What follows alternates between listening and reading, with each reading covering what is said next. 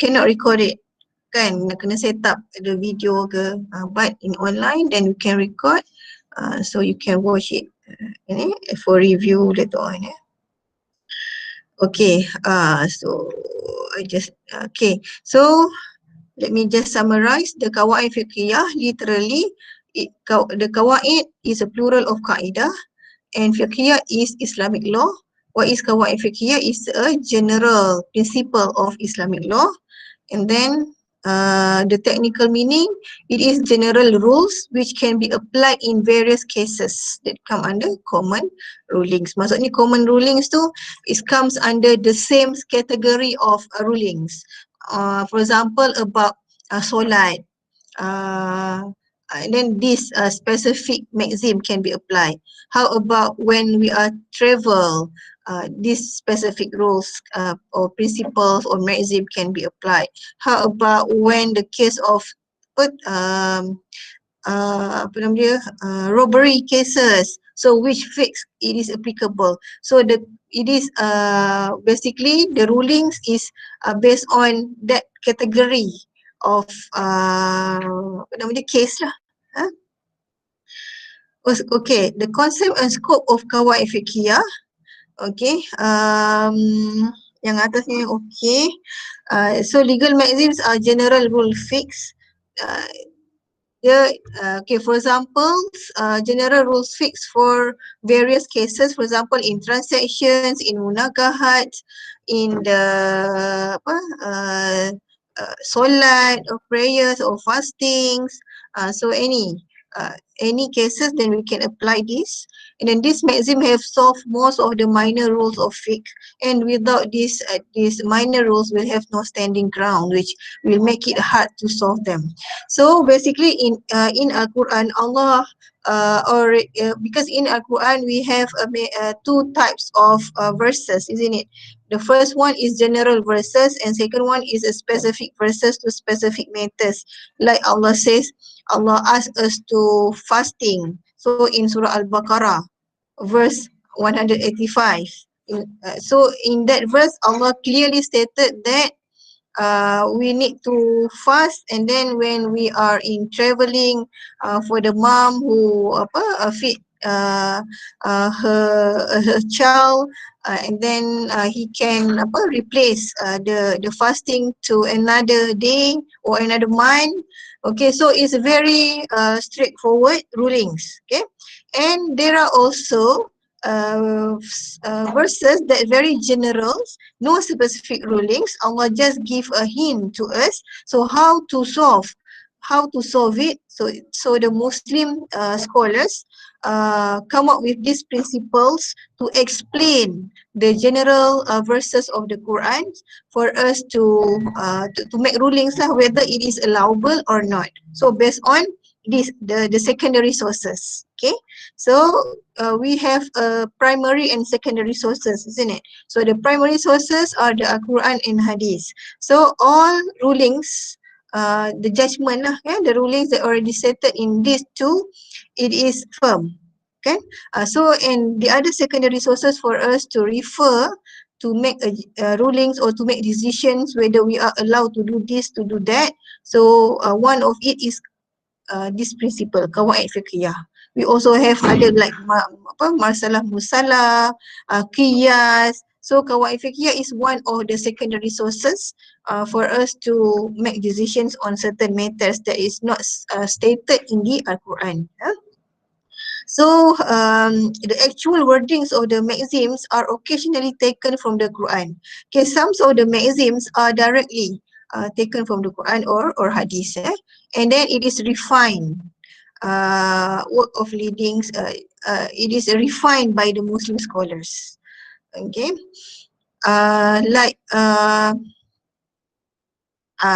okay, like the first maxim later on we will discuss, which is al-umuru bimaqasidiha. Okay, al-umuru bimaqasidiha is basically reflected from the hadith of the Prophet, innamal a'malu binniyah. Okay, which is the main action is depends on the intentions.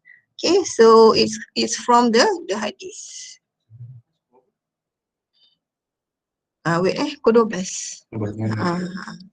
Okay, so the most comprehensive and broadly based of all maxims are known as Al-Qawaid Fiqhiyah Al-Asliyah. Okay, so maxims also have the 5 main maxims, and under these 5 main maxims, there are branches of these 5. Okay, so these 5 we call Al-Qawaid Fiqhiyah Al-Asliyah. Okay, the comprehensive the most, and under it they have branches, small maxim that attach, that's quite similar and related to the main one. So Qawaid Fiqhiyah Al-Asliyah is the parents, they have a children, which we call the branches of the maxim. Dia macam subtopic lah. Okay, so what's the functions of the maxims? Okay, why we need to know, why the Muslim scholars suggest the maxims for the Muslim. Okay, so Qawaid Fiqhiyah is become a guidance or source of rulings. Okay, like when we are traveling, we cannot find water to take wudu, for example. So we are allowed to do tayammum. So on what basis this tayammum is suggested? In what basis? So the maxims comes al-masyaqqah tajlibut taysir. Because of there is a problem to find the water, so it is for us to find any other, which is tanah, the sand, so then we can use it to replace a water in order for us to perform prayer. Okay, so because no specific rulings stated in the Al-Quran, Allah said that if you cannot find water, then you can perform tayammum. No specific. So the legal maxim comes. So based on this general principle, maybe from the Western perspective, we can call it as theory. Theory of Islamic law. Based on this theory, al-masyaqqah tajibut taysir, hardship begets facility, then we can perform tayammum. Then we can do rukhsah, or we can perform qasar in our prayer. And then the second one, Qawaid Fiqhiyah as a tool towards understanding the problem and issues, is also a tool for us to understand. So because of this, then we can understand then that the Islam allow us to do a jama', okay, to perform, to replace a fasting due to certain issues or problems, okay, to understand the overall. So and then Qawaid Fiqhiyah is a code of law lah. Code of law is rulings or the theory of law itself. Okay, so how the Islamic rulings comes when there is no specific rulings in the Quran. So this Qawaid Fiqhiyah becomes a backups. Okay, the sources to refer. Okay. Okay, why we need to learn Qawaid Fiqh? Okay, why you want to learn Qawaid Fiqh? Why this subject is attached with your program? Okay, so the importance of learning Qawaid Fiqhiyah is to know how the previous scholars solve problems in their life and form the general rules in Fiqh Islam, which covered all various chapters. This Qawaid Fiqhiyah is already exists long time ago, but until now it is still applicable to our daily life and also to the Islamic financial industry, even though the Islamic financial industry is not yet appear or is not yet practiced during their times. So that's why we call it a very comprehensive theory of Islamic law. Okay. So how they solve the problem? So then we should explain that Qawaid Fiqhiyah in our perspective, in our context. Okay, and then to solve new problems in the society, including cases of property, banking, food industry, and also COVID-19. There are also certain maxims that applicable to our current scenario. For examples, the Muslim cannot perform a Jumaah prayer kan nowadays. So Jumaah prayer is compulsory for the Muslim, for the main Muslim. Okay.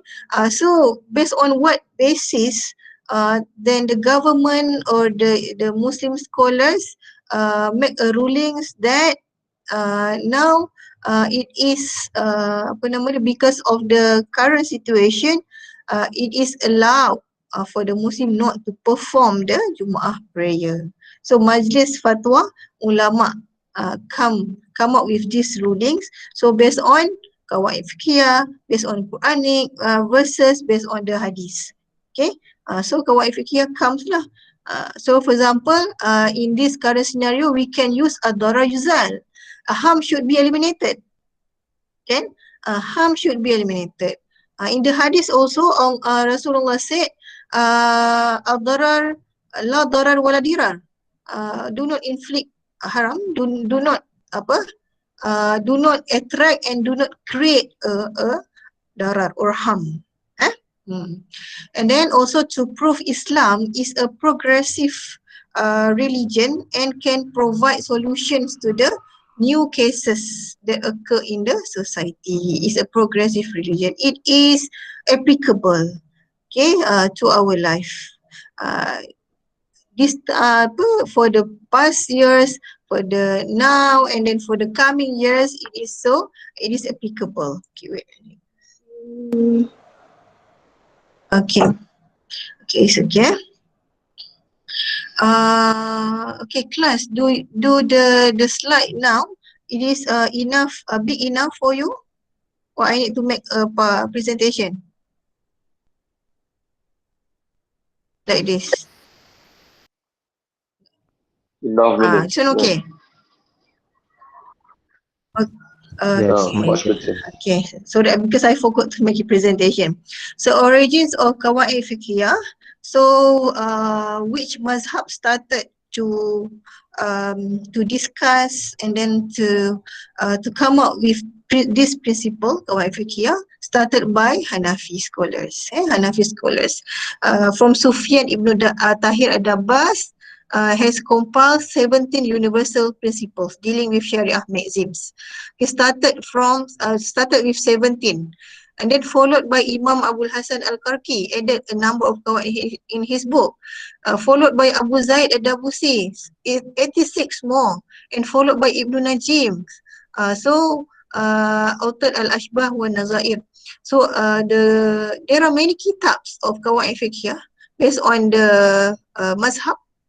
And now and then from the Hanafis is followed by Shafi'i scholars, Hanbali and Maliki. Okay. And then Is ad-Din Abdul Salam also come up with one kitab, Qawaid al-Ahkam fil Masali al-An'am. So and then in terms of conciseness and style, the Majal collection written in 1869, this one a modern kitabs of the Qawaid Fiqhiyah and the most advanced stage in the compilations of legal maxim. And then the Osman Majal 1876 have consist of 1,850 articles and legal maxims of the Hanafi law. And then nowadays we have the English translations of the one of the Qawaid Fiqh kitab or book. Then we call Majalah Al-Ahkam Adliyah and Majalah Al-Ahkam Asy-Syar'iyyah. Okay, so you can visit online library IIUM and then try to type Qawaid Fiqhiyah. So there are a list of books on Qawaid Fiqhiyah. Okay, not many, very limited the translations, the translated of the book lah, because it's kitab lama, the old kitab on the apa nama dia, Qawaid Fiqhiyah. Okay, and in the apa nama dia, related to Islamic financial industry, it is not apa nama the origins of the Qawaid Fiqhiyah or apa nama dia, the kitab, but there is a books by Isra that we refer to it is a collection of related qawaid fiqhiyah that can explain the industry, the Islamic financial industry. Okay. Okay. Then differences of terms. Okay, what I can say here, all the mazhab, all the four mazhab, even though they come up with a different qawaid fiqh, and then thousands and different numbers of principles, but most of the mazhab, or all the four mazhab agreed on the five main maxims, general maxim, very comprehensive maxim that we will learn in this class. Five main maxim that is agreed by all mazhab. Okay, and then differences of term, we comparing qawaid fiqhiyah with syariah fiqh and usul fiqh. What is maqasid syariah? Ada maqasid syariah ke? Okay, because we need to know what is maqasid syariah. Why? Because of all these principles is offered, is practiced, is toward achieving the maqasid syariah. Okay, so what is maqasid syariah? Tujuan, what is the objective of Islamic law? Maqasid syariah is the objective of Islamic law. It is basically, according to Imam Al-Ghazali, the very objective of the Sharia, or the very objective of the Islamic law, the rulings, is to promote the well-being of the peoples. Maqasid Sharia is for us, for human being. To promote the well-being of the people, which lies in safeguarding their faith, deen, their self, their intellect, their dignity, and their wealth. Basically, these five elements is related to our life, all about our life. So whatever ensures the safeguard of these five self-public interests and is desirable, and whatever hurts them is against public interest or maslahah. Okay, maslahah ammah, and its removal is desirable. Okay, so the qawaid fiqhiyah also is going to serve the ummah. Okay, the maslah, the public maslahah. So when we are in these situations, what we should do. So qawaid fiqhiyah comes to advise us lah. Okay, so the definitions, and then syariah. Syariah, what is syariah? Syariah is literally a water hole or source where animals gather daily to drink or to straight or the straight path. It is the source, the water source. So when we say it is a water source, it is basically used for our needs. And then syariah also represent a straight path. Straight path lah, jalan yang lurus, straight path towards our God, to meet our God or Allah, to meet Allah. So path to be followed, or guidance and rules. A straight path is set by Allah. ثُمَّ جَعَلْنَاكَ عَلَى شَرِيعَةٍ مِنَ الْأَمْرِ فَاتَّبِعْهَا وَلَا تَتَّبِعْ أَهْوَاءَ الَّذِينَ لَا يَعْلَمُونَ. So in Al-Quran, Surah Al-Jasiyah, verse 18, Allah said, then we put you, O Muhammad, on an ordained way concerning the matter of religion, so follow it. And do not follow the inclinations of those who do not know. Just follow the Sharia, because the matter of religions. So follow it. Ya Allah give us the Sharia, the Islamic rulings actually, the path for us to follow. Do not follow others that they do not know about the path. Okay, so Sharia is the Islamic law which were revealed to the Prophet Muhammad SAW and were recorded in the Holy Quran, as well as deducible from the Prophet divinely guided lifestyle. So the right way of religion, wider than mere formal rights and legal provisions, which mostly came in Madinah after Mecca verses had been revealed. Okay, so it comprises all legal rules as belief, rules, akidah and moral, and the practical rules. So the Sharia consists of rules related to our belief, related to our akhlak, and also the practical rule, how we should perform all the ibadah that requested by our Creator, Allah. So the components of the Sharia There are three, al-ahkam i'tiqadiyah, al-ahkam amaliyah, al-ahkam akhlaqiyah. Al-ahkam, hukum-hukum, all the rulings related to the akidah. Al-ahkam al-amaliyah, all the rulings related to our amal, our actions. Okay, and then al-ahkam akhlaqiyah, rulings related to akhlaq, the morals and ethics. Okay, that is the components in the Sharia. Okay, so how about fiqh, the true understanding of what is intended? Fiqh. So in the hadith, the message, the Prophet SAW said, when Allah wish good for someone, He bestow upon him the understanding of deen. Okay, may yuridillahu bihi khairan yufaqihu fid din. Okay, how to become the one that is stated in this hadith. When Allah wishes good for someone, how we want to ensure that Allah wish a good for us. So we are the one that have to make action first. We seek a guidance, we seek a knowledge on the religion. Then Allah give us the understanding about the religion. Yeah. Okay, so technically, okay, the thing is, in the hadith, the word yufaqihu fid din, fiqh, yufaqihu fid din, it is the understanding on the din, the whole life. Okay, so the word fiqh is understanding, understanding lah. So technically, fiqh is the knowledge of the detailed rules of Islamic law with reference to conduct that has been derived from its specific evidence, that is derived from the hadith or Qurans, and also the ijtihad from the scholars, and it is the end product of usul fiqh. So fiqh is the understandings on the rulings. Okay, usul fiqh is how the ruling, usul is asal. The root of the understanding on the rulings is usul fiqh, which is how the rulings is done. So when we learn usul fiqh, it is about the methodology of the ruling itself. Whether the rulings coming from the primary sources or secondary sources, how the let's say rulings that made by the Muslim scholars, how they derive it. So how it is method of fiqh. Then we call it as usul fiqh. Okay, so the student from IRK, some student that attached with usul fiqh department, they actually learn the methodology to understand the rulings of Islam.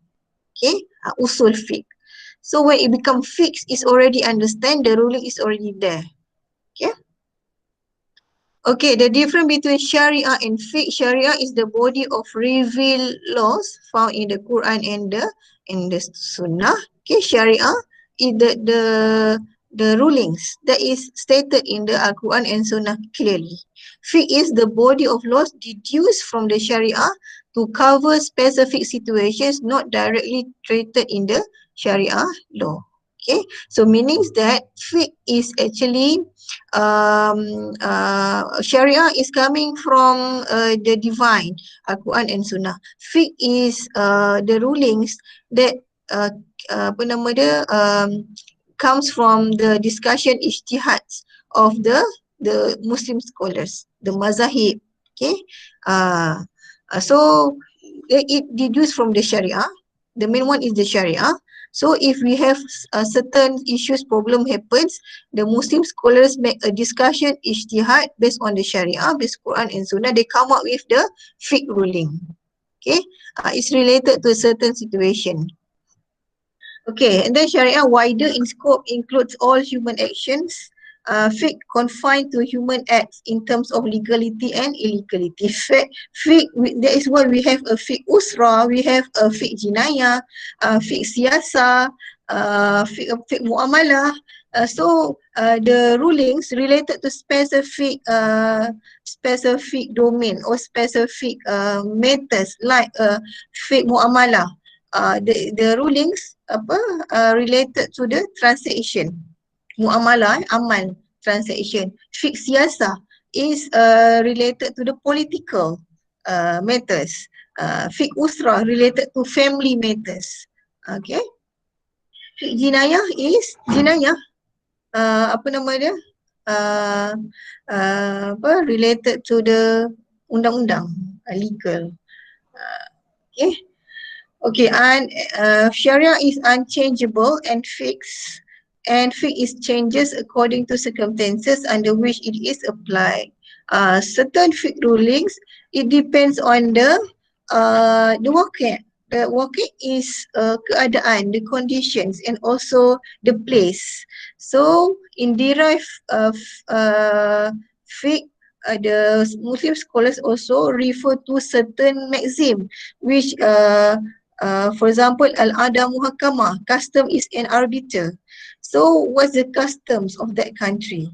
Custom on that certain places. So their rulings related to fiqh jinayah, for example, to come up with the judgment. So based on the situation, based on the place, based on the custom. Okay. So lay down, Sharia is lay down basic principles, and fiqh specific principles show how the basic principles of Sharia should be applied in given circumstances. Okay, differences between fiqh and usul fiqh. Okay, I have to basically end our class within 5 minutes more because I have other meetings. I just continue. Okay, so differences between fiqh and usul fiqh. Fiqh is the concern with the knowledge of detailed rules of Islamic law, and it is the law itself, the rulings. Usul fiqh is methods that are applied in the deductions of such rules, the methodology, okay, the one I discussed just now. So differences between usul fiqh and qawaid fiqh. Usul fiqh is concerned with the methodology. Qawaid fiqh is the maxims are based on the fiqh itself, okay, the principle itself. Usul fiqh is the methodology to derive the rulings. Okay, so maxim is the principle of law, so the internal part of the fiqh. Okay, sources of qawaid fiqhiyah, we have primary and secondary sources. I think you have learned this. I just let you read later on. The primary sources, we have Al-Quran, Sunnah, Ijma' and Qiyas. Okay, Ijma' in Qiyas also becomes a primary sources. And secondary sources, we have Istihsan, Istishab, Maslahah Mursala and Sadlu Zara'id. Okay, okay, I think someone wanted to. Okay, categories of objective of the Sharia. I think you also have learned this one, pyramid of maslahah. We usually call it. Okay, the first one is daruriyah, hajiyah and tahsiniyah. Okay, so the first pyramid is daruriyah, and second one is hajiyah, and the last one, the low level of maslahah is tahsiniyah. So how this related to the maxim? Okay, so basically maxims is meant to cater for daruriyah levels. Okay, so if it is achieved the high level of maslahah, then we can use maxims, okay, to explain our decisions or the ruling itself. Okay. So the essentials are the matter, or daruriyah is the matter on which the religion and worldly affairs of the people depend upon. Their neglect will lead to the total disruption, like our needs, water, and also all about our needs. And as Muslim, to perform prayer or ibadah is also need.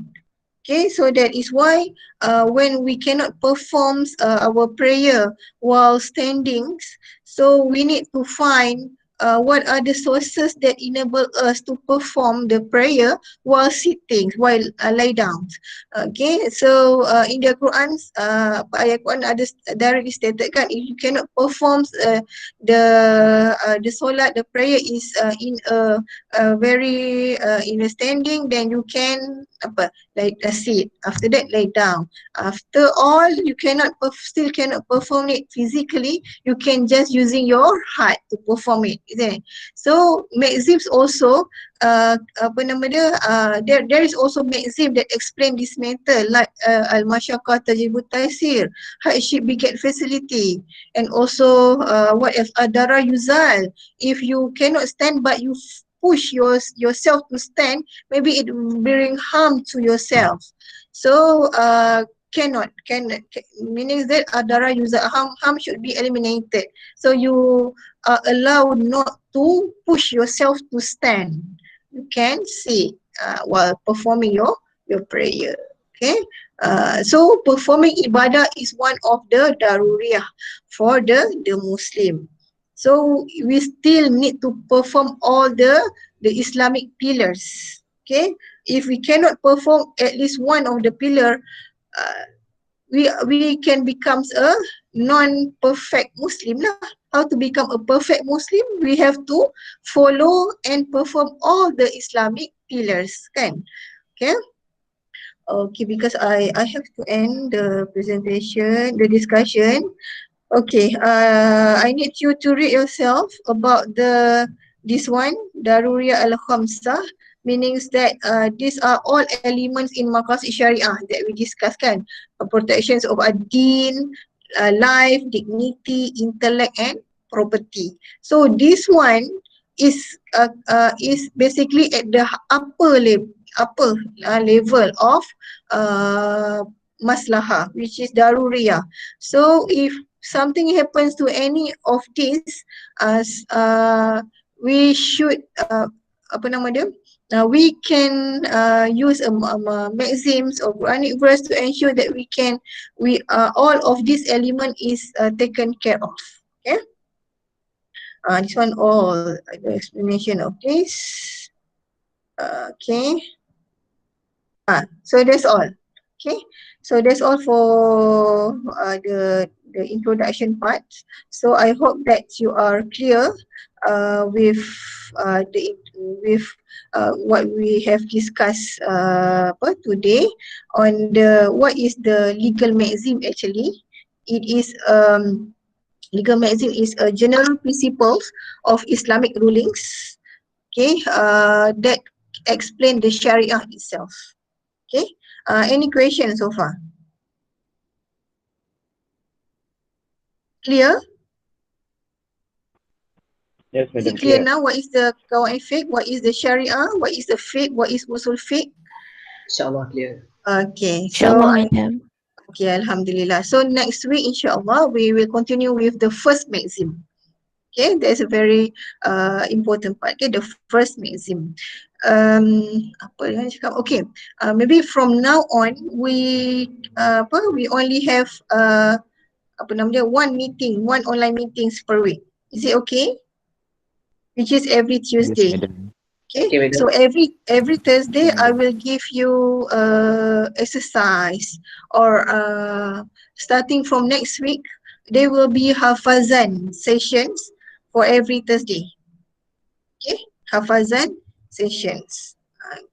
Okay, you need to maybe per sessions I limit to 5 ke? Kalau 5, okay, let me inform you later. Okay, I need to count based on the number of the students, based on number of weeks. So how many students should appear for the hafazan? Okay, you have 2 part of hafazan, Surah Al-Kahfi. Okay, 10 sentences of Surah Al-Kahfi before semester break, and 10 another 10 Surah Al-Kahfi, the last part of Surah Al-Kahfi after semester break. Okay. So if no questions, okay, we end our class.